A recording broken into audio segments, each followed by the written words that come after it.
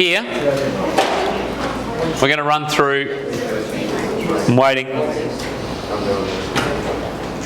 going to run through another composite shape. I'm going to do this one a little bit differently to how I did the last one, so you can use whatever technique suits you. I'm going to go through and identify what shapes I have and try and create my formula as such. So how many of this shape do I have? The one that I've just put the dot through. Two of those. And what's the area equation for that? 2? Yep, length times width is fine by me. Which equals, or plus, sorry I haven't finished yet. I'll finish that out in a second. What else have I got? How many of these do I have? 3. I have 3. I might change that to side times side just to be... Now for that one, what's my formula? Side times depth. Very good. Happy with that? So now, that's my basis surface area. I now just need to fill in my values. So I've got 2 times plus 3 times 10 times 15, which equals 200 plus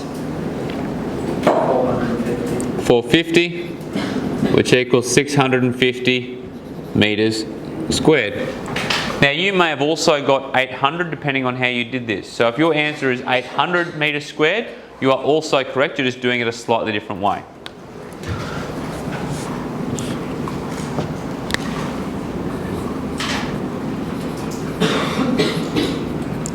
So the surface area of my roof, or the top, I might not make it roof, I'll make it top. So what are the shapes that I have on my top? Side times height. Side. What do you mean by side times height? 10 times 5, because you're supposed to half. Oh, I know. So yep. So would you call that, what's that shape? Triangle. It's a triangle, so I've got half base times height times how many of those do I have? 2? You're right? No, right. Are they the only shapes I have on my roof? On my top? No. Rectangle. Plus length times width, or depth if you will. We'll call it depth for argument's sake. I'll call it width times depth. I don't want side. I don't want side. I'll go width times depth. Shh, shh, shh. Now I've run out of room a little bit. Hopefully I'll expand. I might just do this below actually. So SA top, just so we're not getting confused, SA top equals half base times height times 2 plus 2 times width times depth.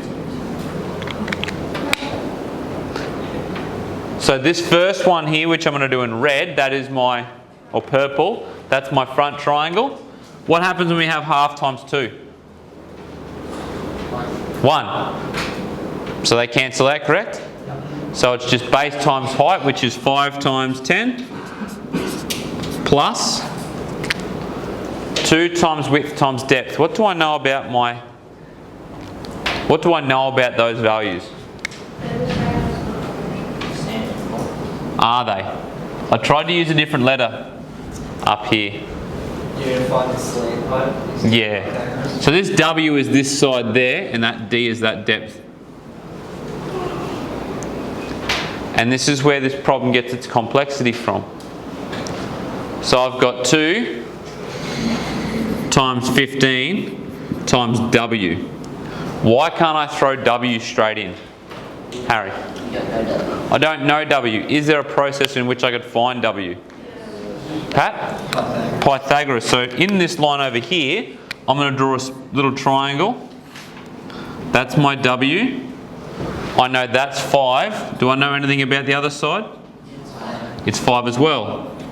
So with Pythag, I've got W squared equals A squared plus B squared. W squared equals 5 squared plus 5 squared, which equals 25 plus 25. W squared. W equals the square root of 50. which equals 7.07, or 7.1 will do. We'll just do 7.1. 7.1 meters. So why is that a complex question?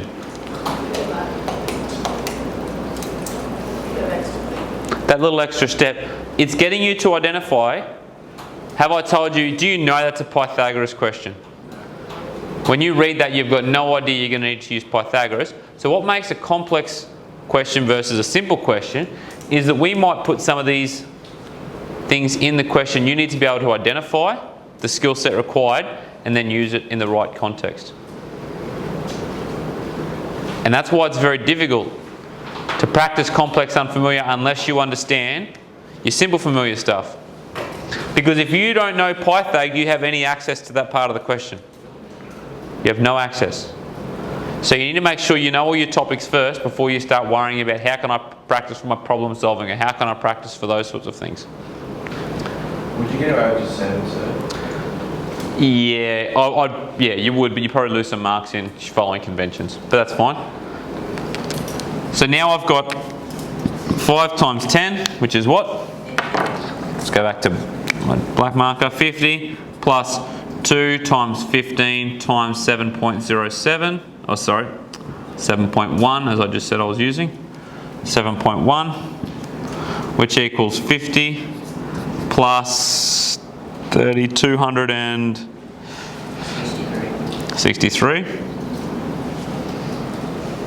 Sure. I thought it was 213. It is, 213. It is 13. 213 point, well, what's that going to be, 3? Which equals 263.3 meters squared. Am I done yet? What do I need to do? Essay. Now, do I need to do any subtractions here? Yes. Why not? I've already excluded. So like I said, I'm doing this a little bit differently. This one, this is where I've excluded it before I put it into the final. I've already excluded it, that's right. So I've got 263.3 meters squared plus 650 meters squared, which leaves me with 913.3 meters squared. If you got that, well done. Very tricky question. You get one? Do you get it? Where'd you go right there? Because we're FaceTime tonight. Cool. I got some